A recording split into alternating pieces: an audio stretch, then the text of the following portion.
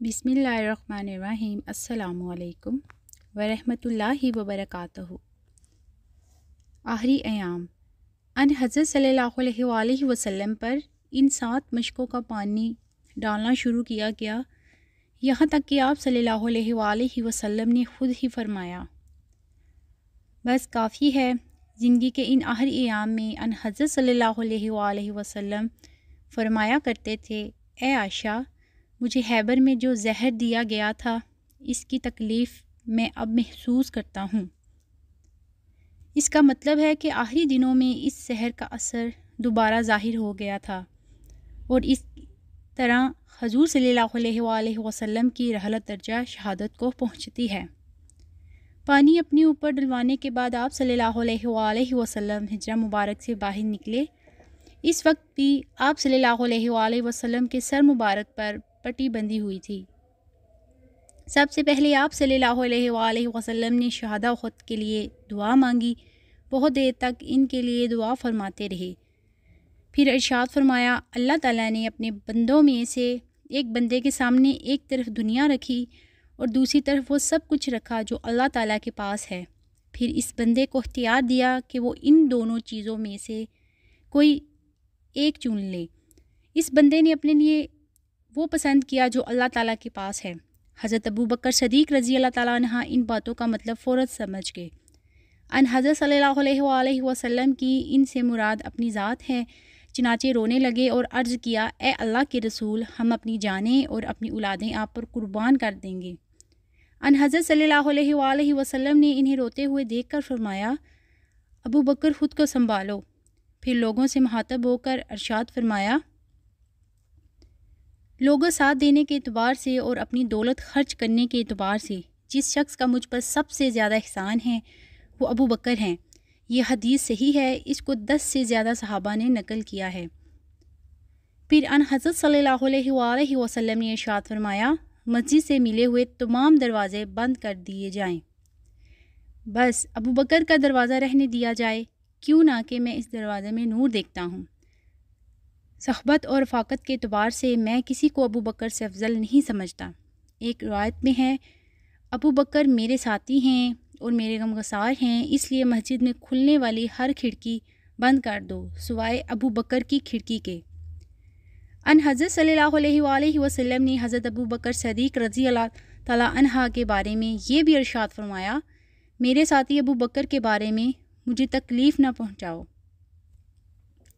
حضرت ابو بکر صدیق رضی اللہ تعالیٰ عنہ کے بارے میں ان حضرت صلی اللہ علیہ وآلہ وسلم کا یہ بھی ارشاد مبارک ہے، جب لوگوں نے مجھے جھوٹا کہا تھا تو ابو بکر نے مجھے سچا کہا تھا، جب لوگوں نے اپنا مال روک لیا تھا تو ابو بکر نے میرے لیے اپنے مال کو فیضی سے خرچ کیا، جب لوگوں نے مجھے بے یار و مددگار چھوڑ دیا تھا تو ابو بکر نے میری غم خواری کی تھی۔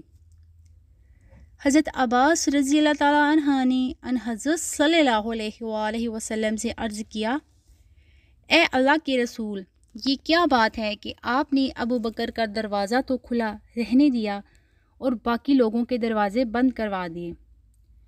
ان کی بات کے جواب میں ان حضرت صلی اللہ علیہ وآلہ وسلم نے ارشاد فرمایا، اے عباس، نہ میں نے اپنے حکم سے کھلوائے اور نہ بند کروائے، مطلب یہ تھا کہ ایسا کرنے کا حکم اللہ تعالیٰ نے دیا ہے۔ اپنے اوپر 7 مشکوں کا پانی ڈلوانے کے بعد ان حضرت صلی اللہ علیہ وآلہ وسلم نے افاقہ محسوس فرمایا تو مہاجرین سے ارشاد فرمایا، اے مہاجرین، انصار کے ساتھ نیک سلوک کرنا، خیر کا سلوک کرنا، کیوں نہ کہ یہ لوگ میری پناہ گاہ تھے، ان کے پاس مجھے ٹھکانہ ملا، اس لیے ان کی بلائیوں کے بدلے میں ان کے ساتھ بلائی کرنا اور ان کی برائیوں سے درگزر کرنا۔ اتنا فرمانے کے بعد ان حضرت صلی اللہ علیہ وآلہ وسلم منبر سے اتر آئے۔ اپنے مرض وفات میں ان حضرت صلی اللہ علیہ وآلہ وسلم نے حضرت ابو بکر صدیق رضی اللہ تعالیٰ عنہ کو حکم دیا کہ وہ نماز پڑھائیں۔ وہ نماز عشاء کی تھی۔ جب حضرت بلال نے اذان دی تو ان حضرت صلی اللہ علیہ وآلہ وسلم نے ارشاد فرمایا، میرے لیے برتن میں پانی لاؤ۔ آپ صلی اللہ علیہ وآلہ وسلم نے وضو کیا، پھر مسجد میں جانے کا ارادہ فرمایا، مگر غشی طاری ہو گئی۔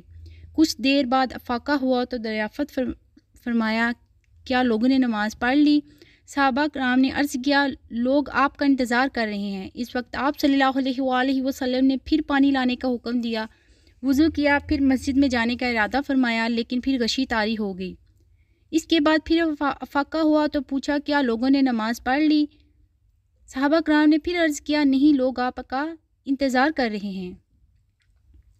آپ صلی اللہ علیہ وآلہ وسلم نے وضو کیا، نماز کا ارادہ فرمایا، لیکن غشی طاری ہو گئی۔ افاقہ ہونے پر آپ صلی اللہ علیہ وآلہ وسلم نے پھر یہی پوچھا اور آپ صلی اللہ علیہ وآلہ وسلم کو یہی بتایا گیا۔ تب ان حضرت صلی اللہ علیہ وآلہ وسلم نے حضرت ابو بکر صدیق رضی اللہ تعالیٰ عنہ کو حکم بھیجا کہ وہ مسلمانوں کو نماز پڑھائیں۔ حضرت ابو بکر صدیق رضی اللہ تعالیٰ عنہ کو جب یہ حکم ملا تو انہوں نے حضرت عمر فاروق رضی اللہ تعالیٰ عنہ سے فرمایا اے عمر تم نماز پڑھا دو۔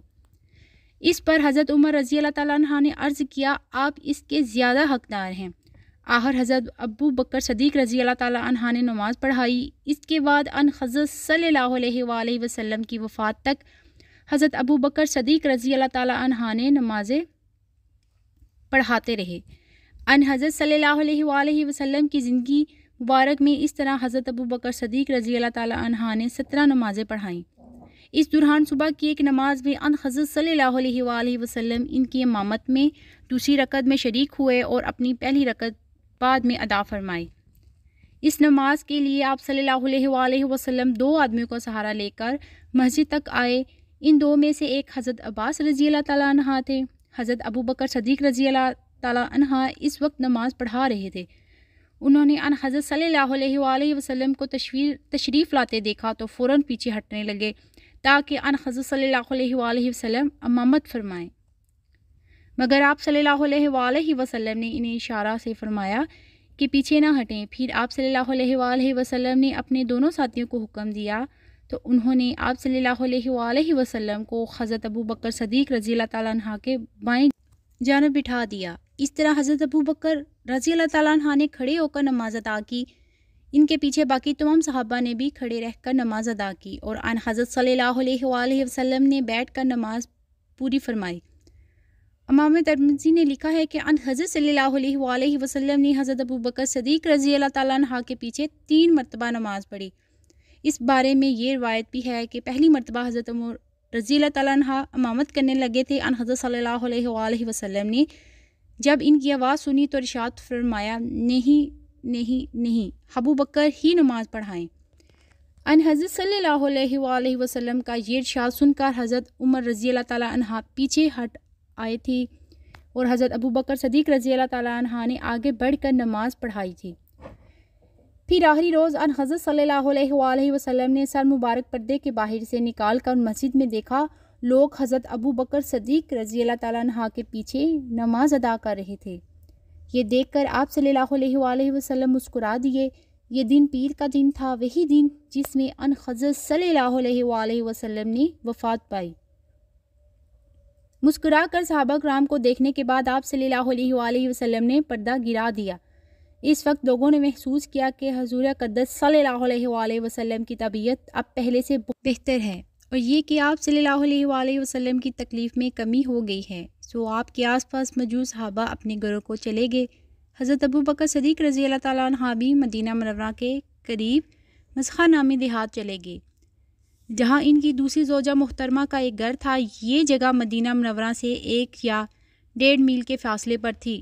جانے سے پہلے حضرت ابو بکر صدیق رضی اللہ تعالیٰ عنہ نے ان حضرت صلی اللہ علیہ وآلہ وسلم سے اجازت لی تھی اور اس کی وجہ یہ تھی کہ اس روز صبح آپ صلی اللہ علیہ وآلہ وسلم کے رخ انور پر بہت بشاعت تھی، چہرہ انور چمک رہا تھا، لہٰذا لوگوں نے خیال کیا تھا کہ آپ صلی اللہ علیہ وآلہ وسلم کی حالت سنبھل گئی ہے، لیکن دوپہر کے قریب آپ صلی اللہ علیہ وآلہ وسلم کا بخار تیز ہو گیا۔ یہ خبر سنتے ہی تمام ازواج مطہرات پھر آپ صلی اللہ علیہ وسلم کے پاس آ گئیں۔ آپ صلی اللہ علیہ وآلہ وسلم پر اس وقت بار بار غشی طاری ہو رہی تھی۔ ہوش میں آتے تو فرماتے میں اپنے رفیق اعلیٰ کی بارگاہ میں حاضر ہوتا ہوں۔ ناظرین، اگر آپ کو یہ ویڈیو اچھی لگی ہے تو ویڈیو کو لائک کیجئے، میرے چینل کو سبسکرائب کیجئے اور دعاؤں میں یاد رکھیے۔ السلام علیکم ورحمۃ اللہ وبرکاتہ۔